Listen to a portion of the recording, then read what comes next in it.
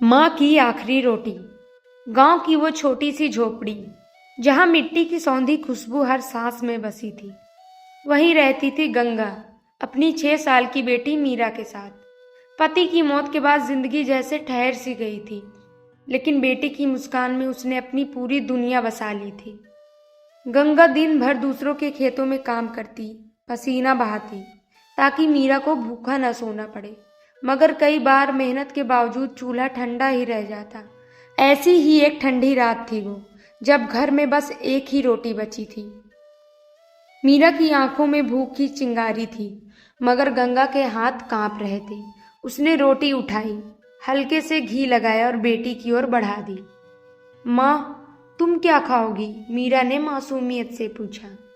गंगा मुस्कुराई, अपने आंचल से उसके गालों पर प्यार भरा हाथ फेरा और बोली, बेटा मैंने खा लिया, तू खा ले।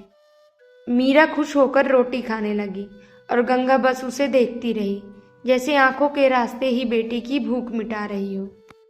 रात गहराती गई। मीरा माँ की गोद में सिर रखकर सो गई, मगर गंगा वो बस अपनी बेटी के माथे को सहलाती रही। भूख उसके शरीर में घुलती जा रही थी, लेकिन चेहरे पर संतोष था। कम से कम उसकी बेटी भूखी नहीं सोई। मगर गंगा अब कभी नहीं उठने वाली थी। भूख ने उसकी रगों में जहर की तरह फैलकर उसकी सांसें छीन ली थी। माँ ने अपनी आखिरी रोटी बेटी को खिला दी थी और खुद भूखी सो गई थी हमेशा के लिए। मीरा की मासूम आंखें समझ नहीं पा रही थी कि उसकी माँ अब कभी उठेगी नहीं।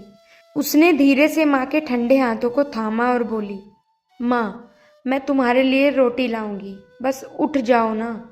मगर जवाब में सिर्फ खामोशी थी, और उस खामोशी में एक भूखी माँ की ममता का सबसे बड़ा बलिदान था। मीरा बार बार अपनी माँ को हिलाती रही, मगर गंगा की आंखें बंद थी। उसकी गोद अब उतनी गर्म नहीं थी जितनी हर रोज होती थी। छोटी मीरा को कुछ समझ नहीं आया। वह रोते रोते माँ की बाहों में सिमट गई और सुबकते हुए सो गई। सूरज चढ़ाया, मगर झोपड़ी में अंधेरा ही था। आस पड़ोस की औरतें जब गंगा को खेत पर ना पाकर घर आई, तो दरवाजे के अंदर का दृश्य देखकर उनके दिल कांप गए। गंगा ठंडी पड़ चुकी थी और उसकी बेटी मीरा माँ के सीने से लिपटी मासूमियत से सो रही थी। जब किसी ने मीरा को गोद में उठाया तो वो धीरे से बोली, आंटी, मेरी माँ सो रही हैं, उनको मत जगाओ, वो बहुत थकी हैं। यह सुनकर वहां खड़े सभी लोगों की आंखें भर आई। किसी ने सोचा भी नहीं था कि माँ अपनी बेटी को भूख से बचाने के लिए खुद ही भूख की चिता पर जल जाएगी। गांव की औरतों ने मिलकर गंगा का अंतिम संस्कार किया, मगर मीरा को अब भी यकीन नहीं हो रहा था कि उसकी माँ उसे छोड़कर जा चुकी है। वो बार बार दौड़कर बाहर जाती और पूछती, माँ खेत पर गई हैं क्या? कब आएंगी? कोई कुछ कहता नहीं, बस उसे गोद में लेकर रोने लगते। माँ की आखिरी निशानी। गांव के सरपंच ने मीरा को अनाथ आश्रम भेजने का फैसला किया, लेकिन जब एक बूढ़ी औरत मधु काकी ने सुना तो उन्होंने मीरा को अपने पास रख लिया। मधु काकी ने उसे प्यार दिया, मगर मीरा अब भी हर रात माँ की गोद ढूंढती है। हर बार जब थाली में खाना परोसा जाता है, वो बस एक ही बात कहती, पहले माँ के लिए भी रखना, वो भूखी होंगी। गंगा का प्यार तो मीरा को छोड़कर चला गया था, मगर माँ की दी हुई आखिरी रोटी का स्वाद उसकी यादों में हमेशा के लिए बस चुका था। कहानी की सीख। माँ का प्रेम सबसे बड़ा बलिदान होता है। एक माँ अपने बच्चों के लिए किसी भी हद तक जा सकती है, यहाँ तक कि खुद भूखी रहकर भी अपने बच्चों का पेट भरना चाहती है।